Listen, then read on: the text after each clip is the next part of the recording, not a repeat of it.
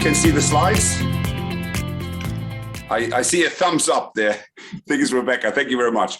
Okay, then I think presentation we have already done. And therefore, I would say, Antoinette, off for start. Wonderful. And probably Simon was being modest. We have, I think, a lot of slides. So I try to be quick. It's a big pleasure and honor to be here. And we love to talk about our Good Organizations inquiry. And if you want to learn more, we have ample literature on our Good Organizations website. And by the way, an upcoming webinar with Simon this Friday as a coincidence, where we grilled him for 2 hours. So what do we want to do today? The goal is to say, or to find out what is in our title, how do we come to wise leadership? And we do this, to steal it from Simon, by looking awry at organizations. And sorry for my Swiss accent, I tried it. So we have to look at morality in order to understand it and why we should care, how organizations can become good, and what does this then mean for leadership, and then how to develop moral and wisdom as a compass, and maybe what does this mean for coaching, but that's for you to say then. Cool, and I will pick it up here. So as Antoinette says, I mean, and we've been on this journey for 12 months or so. And for us, the first question, we basically both have been working for our career very successfully in the organizations, respectively in academia and in business. And both of us had a desire to figure out how to do that very well and what type of organizations would really support what Simon called the good society. But the first problem we encountered was this notion of good, right? So we would go around and say, we want good organizations. That's kind of the minimum. And nobody really knew what good was. And it's quite interesting. Morality is a very undefined topic, and it somehow divides opinions. And if you look at the dictionary, there's a group of people suggesting it's more about individual conscience and our values and how we live them. And others are saying, no, actually, it's much more about normative morality, how in a society we can live together. And lots of people, and that's, I think, relevant again for today, lots of people point out it's the context that is really important, because what we also experience in organizations, often very good people somehow behave very badly if they're introduced into a context that doesn't seem to be conducive to moral behavior. And we will hear about that a lot. But morality is not only divisive, it's also highly opinionated. And I just point to the things on the right. So there are lots of people that we encounter to say, oh, we shouldn't really talk about morality because that's somehow putting people into categories and judging them. And before you know it, you land with what McIntyre in his work After Virtues called emotivism, or a subjective relativism, where people say it's all about opinions, right? And there are no facts in this.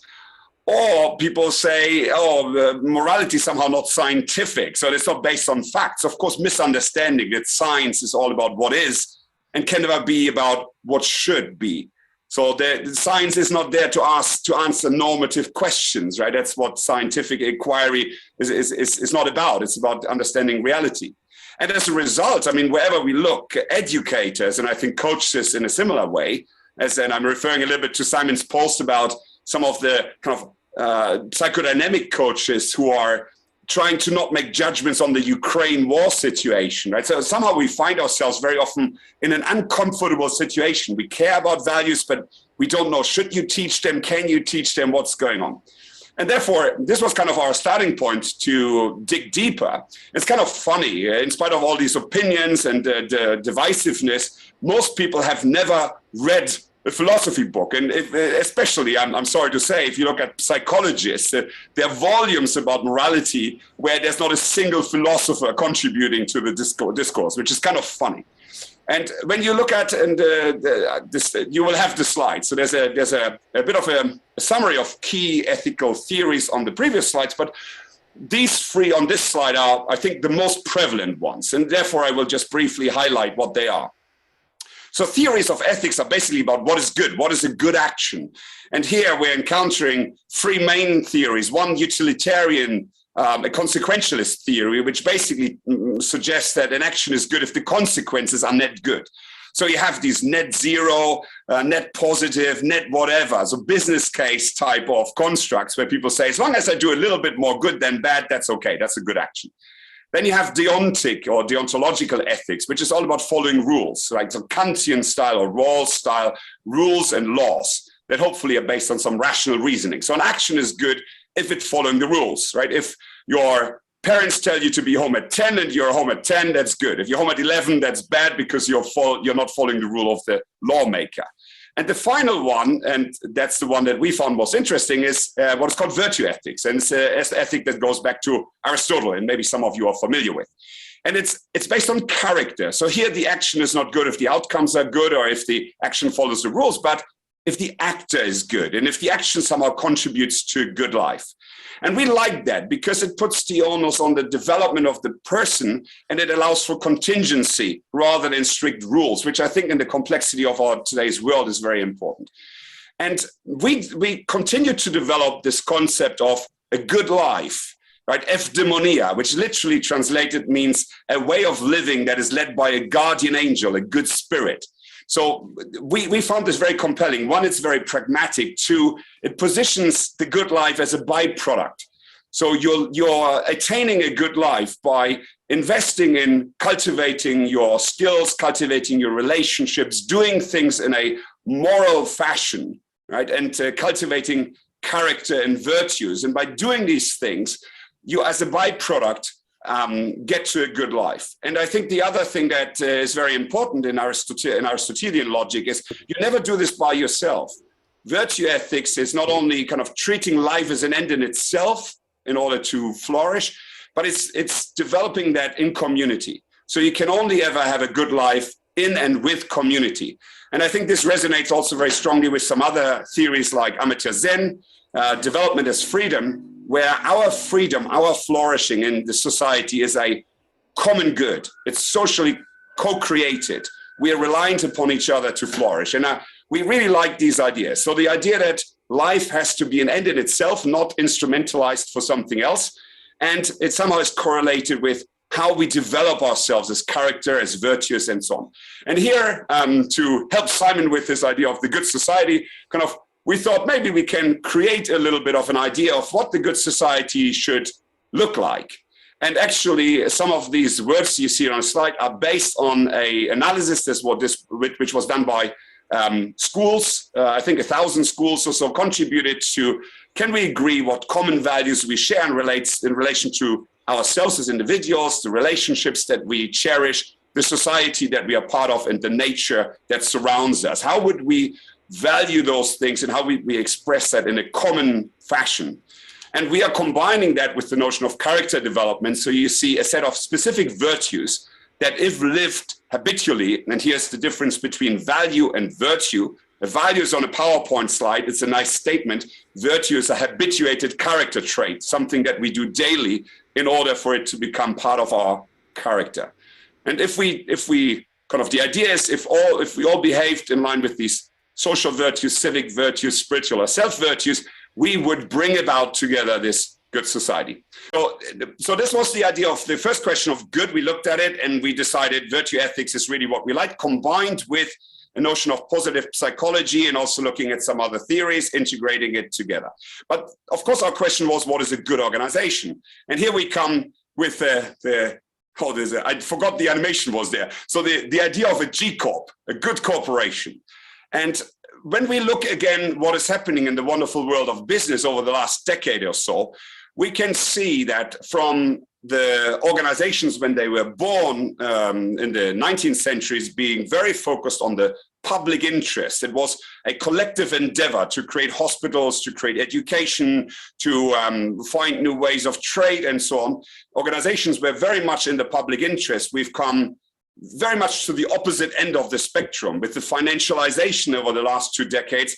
We are really cherishing this idea of a company that is acting solely in private interest, of an ever more distributed ownership that is not taking any direct interest anymore in the going concern of the organization, because it's like pension funds or shareholders who just optimize financial returns. So we've come to a commodification, not only of the natural and human resources in firms, but of the idea of the organization as such. It's just become a means to an end.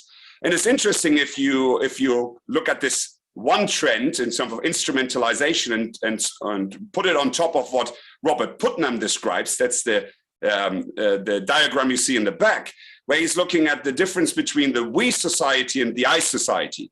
So in the same way that the organization becomes ever less about public good, the sentiment in society is ever more about me as an individual rather than us as a society. So there's a kind of a reinforcing trend of individualism and instrumentalism.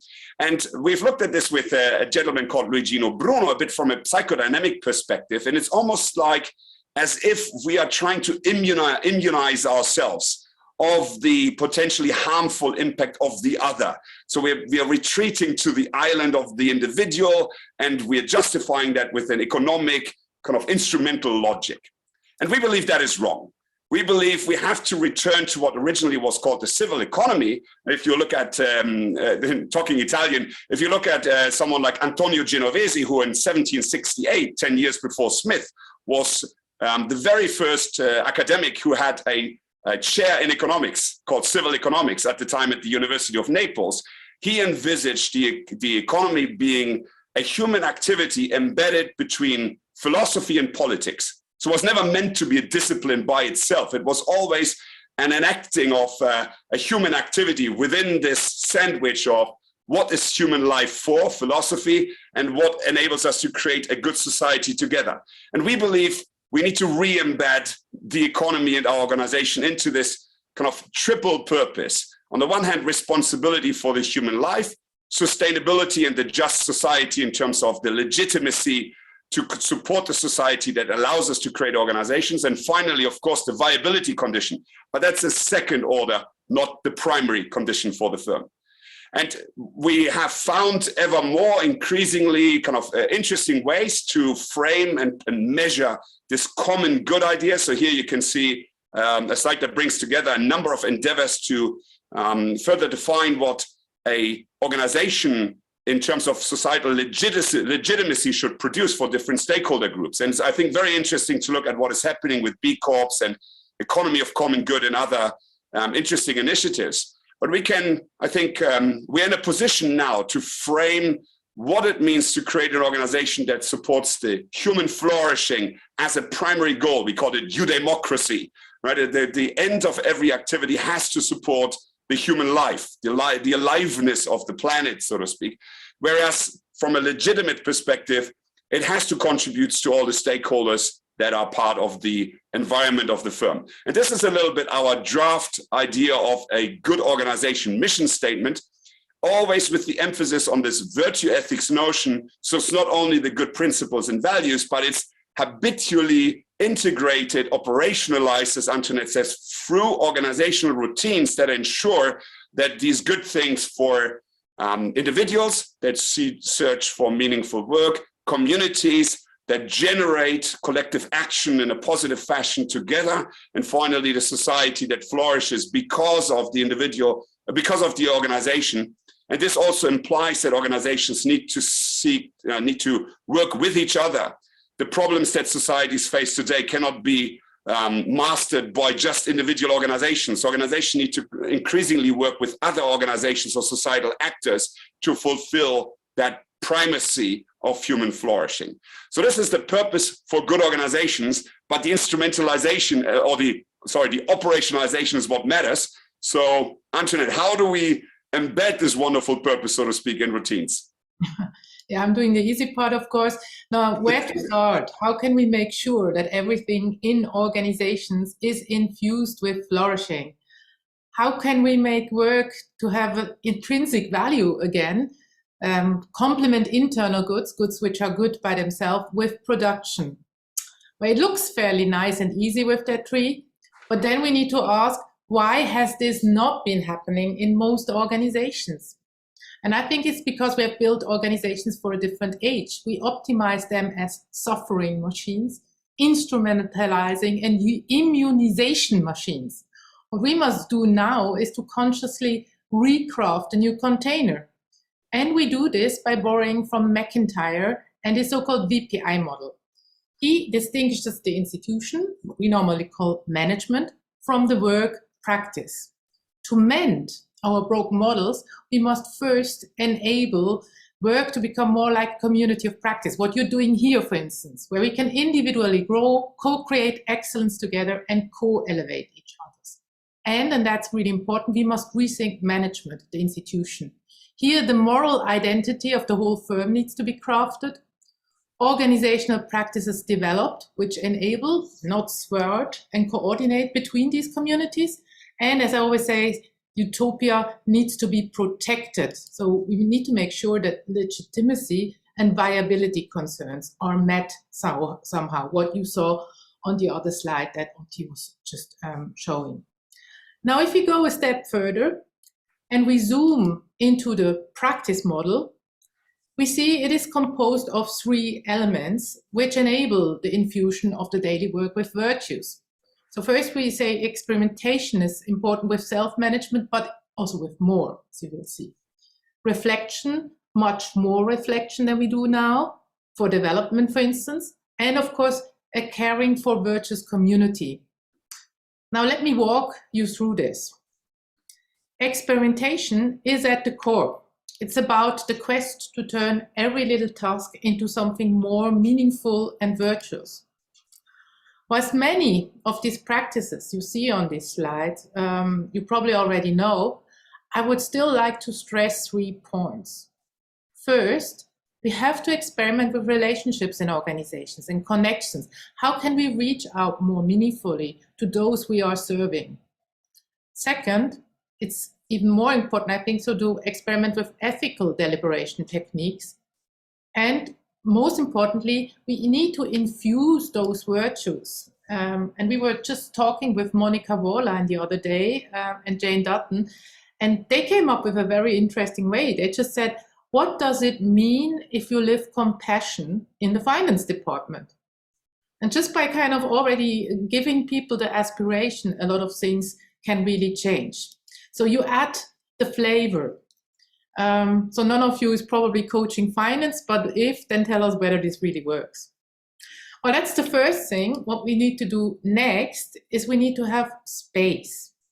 We need to have much more space, and I think that's the right slide, Otti, for dedication and concentration, for systematic reflection. None of that we have at present in heaps. I think we are constantly in overheating mode with an attention span of a goldfish, as we're told. What was that? 8 seconds. And normally we really just have our mobile up. I'm guilty too. So what is the must to take away from this slide here? Start with regular self-reflection. I think that's nothing new for you. You probably say that all the time. Journaling and mindfulness during work. Put a premise on relational reflection, case clinics, lots of feed-forward conversation.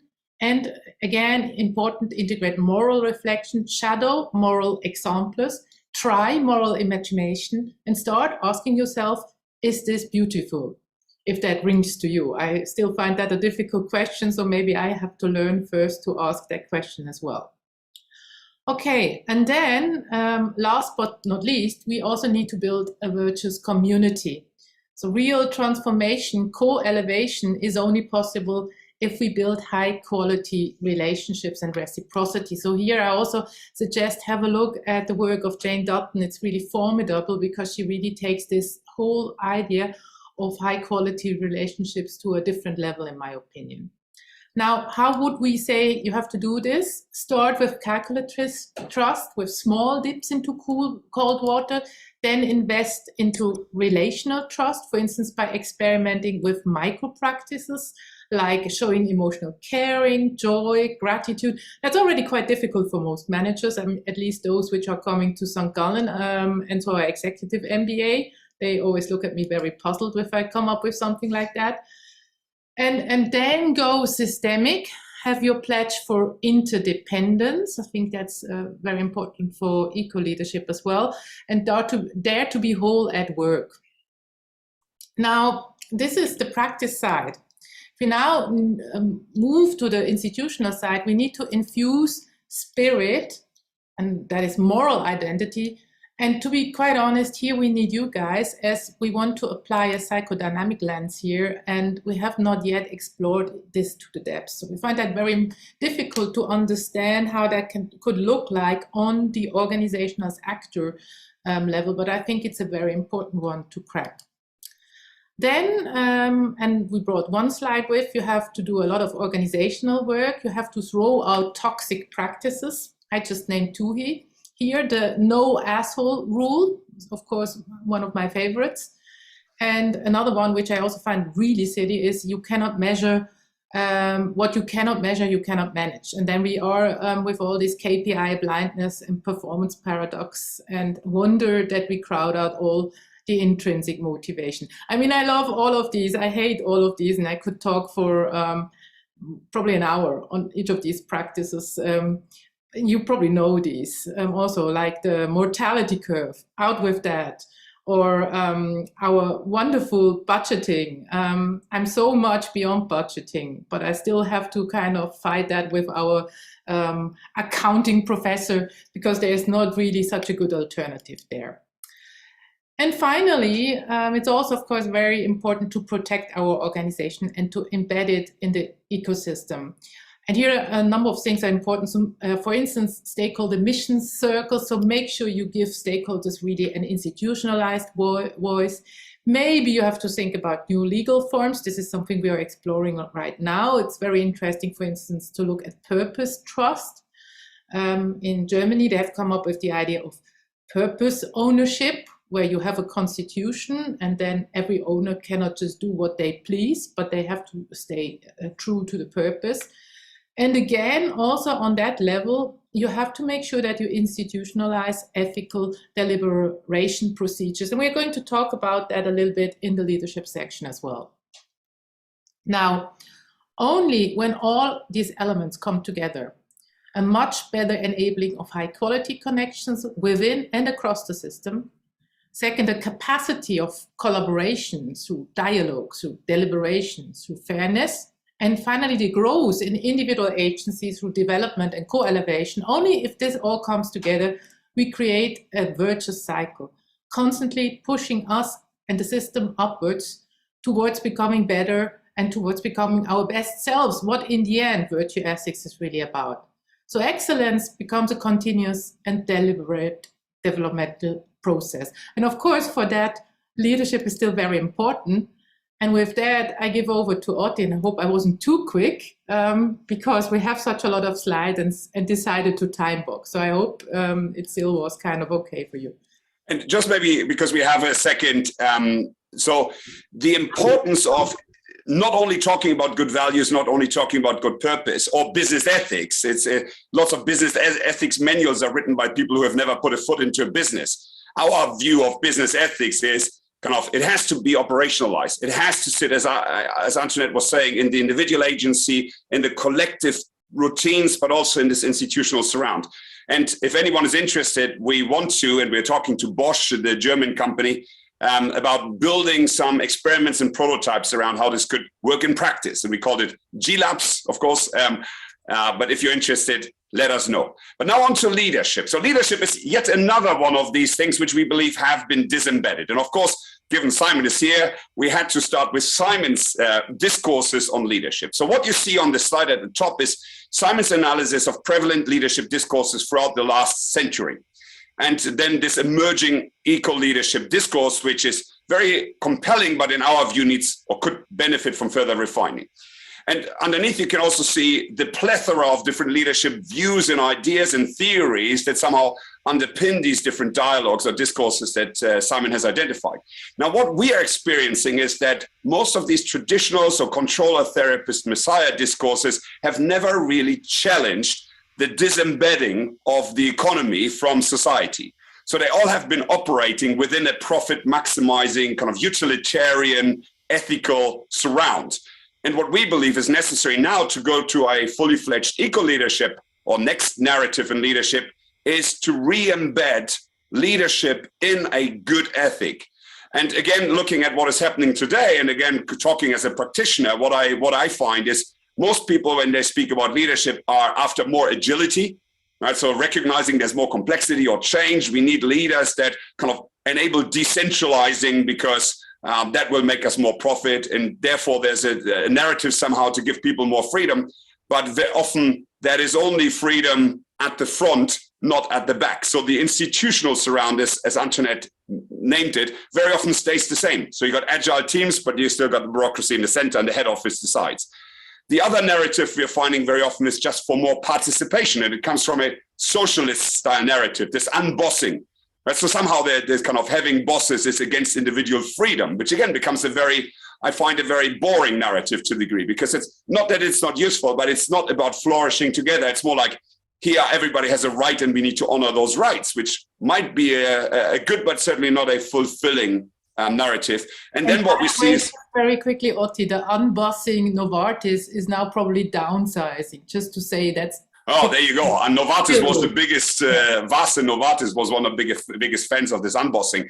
And then, of course, as also Simon describes in the eco-leadership, this idea of more sustainability and social justice. So there are lots of ideas of what a good society could look like. But frankly, the leadership discourses are disconnected, because nobody is actually kind of trying to create an archetype of an organizational, institutional form that leadership could relate to. So, and there's a lot of cooking up of old discourses, servant leadership, authentic leadership, styles, whatever. Nobody really knows where to go.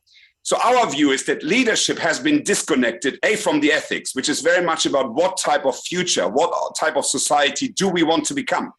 Virtues are, some people suggest that virtues are those habits that connect who we are to who we want to be. We become through doing. And somehow we talk about leadership completely disconnected from the type of future we want, which is ridiculous. Kind of leading means from A to somewhere else. What is this somewhere else? And then we look at how to define leadership. And secondly, leader is an institutional role. It's a role inside an organization endowed with positional power.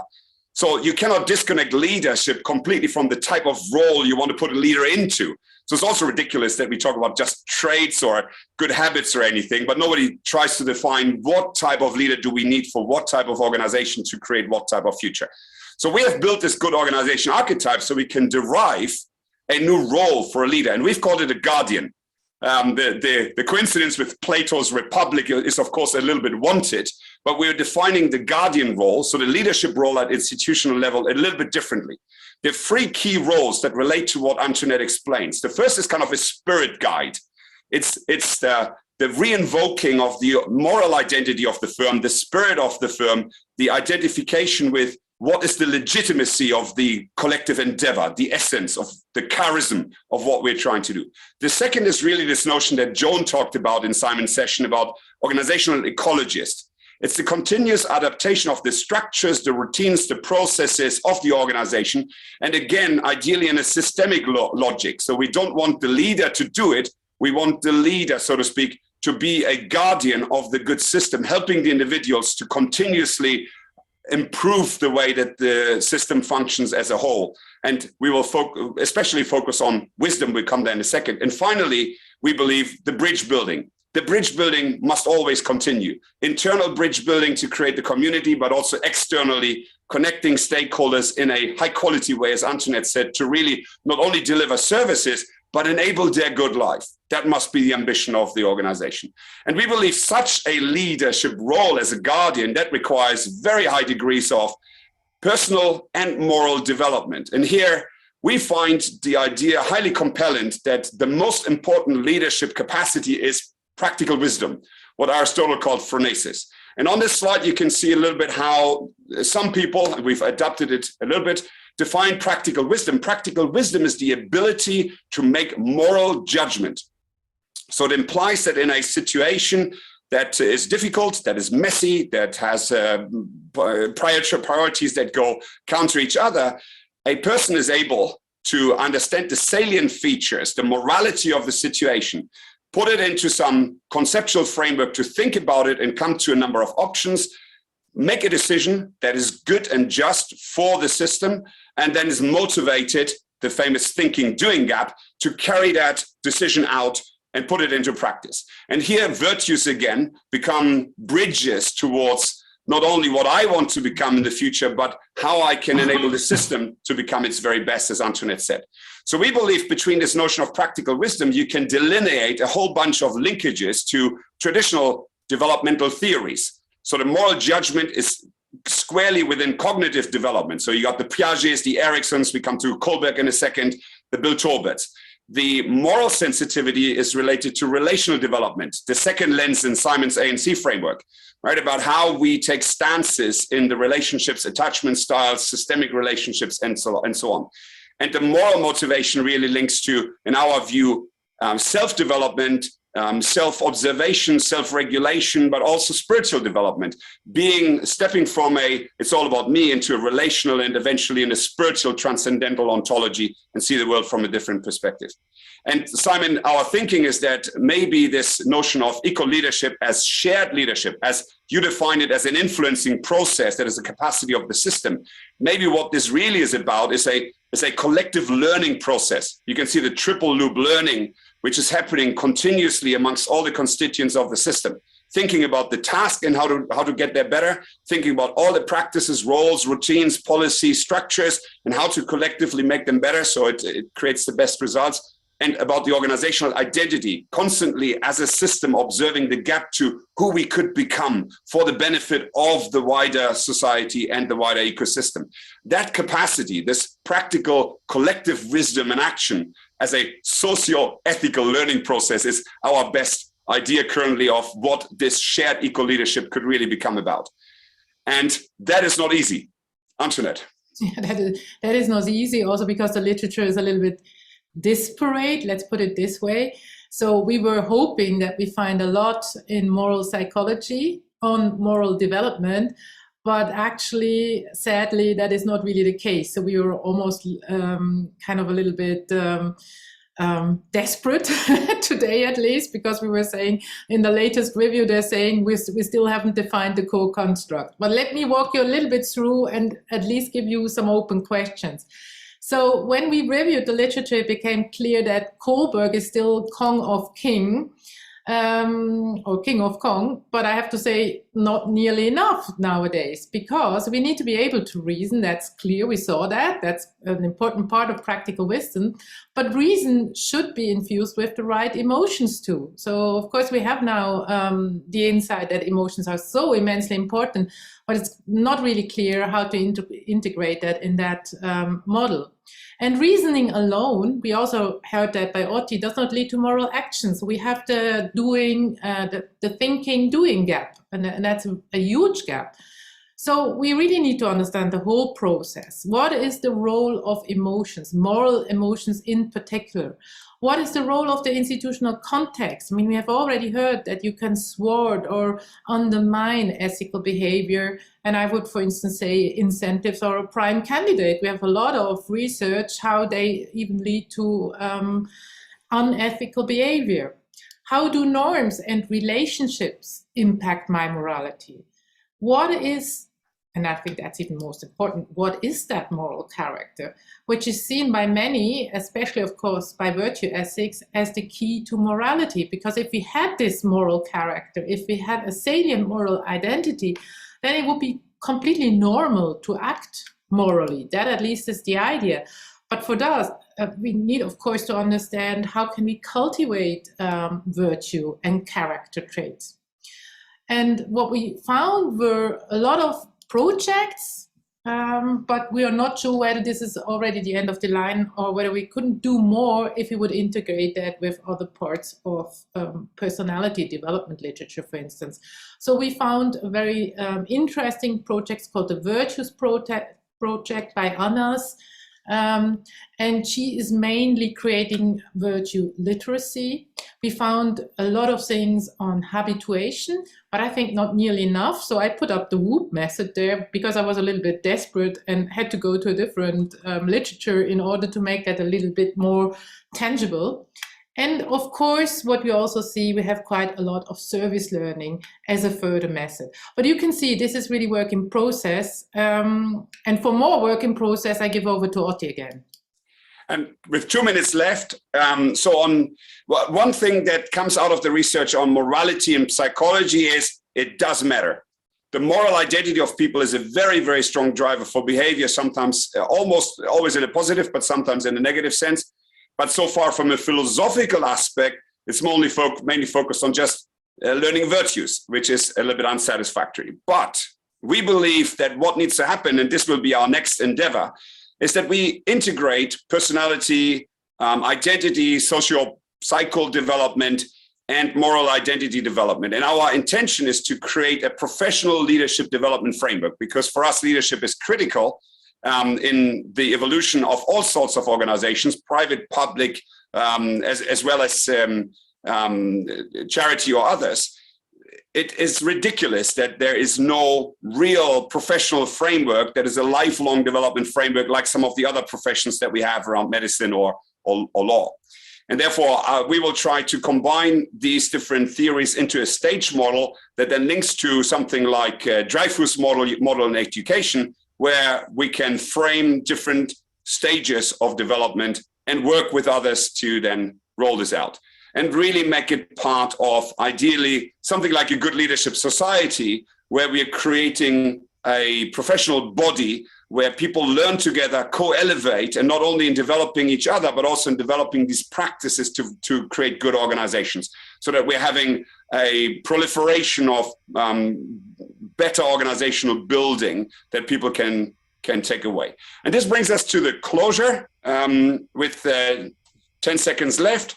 So what we want to give you to think about is, one, we believe organizations are beautiful means to harness human creativity, and probably today more important than ever in bringing about a better society, because governments or academia or other fractions of society have not been able to make a lot of difference, and businesses are moving in the wrong direction very often from that perspective. Secondly, we believe there is a potential framework to make organizations better, building on a clearer purpose.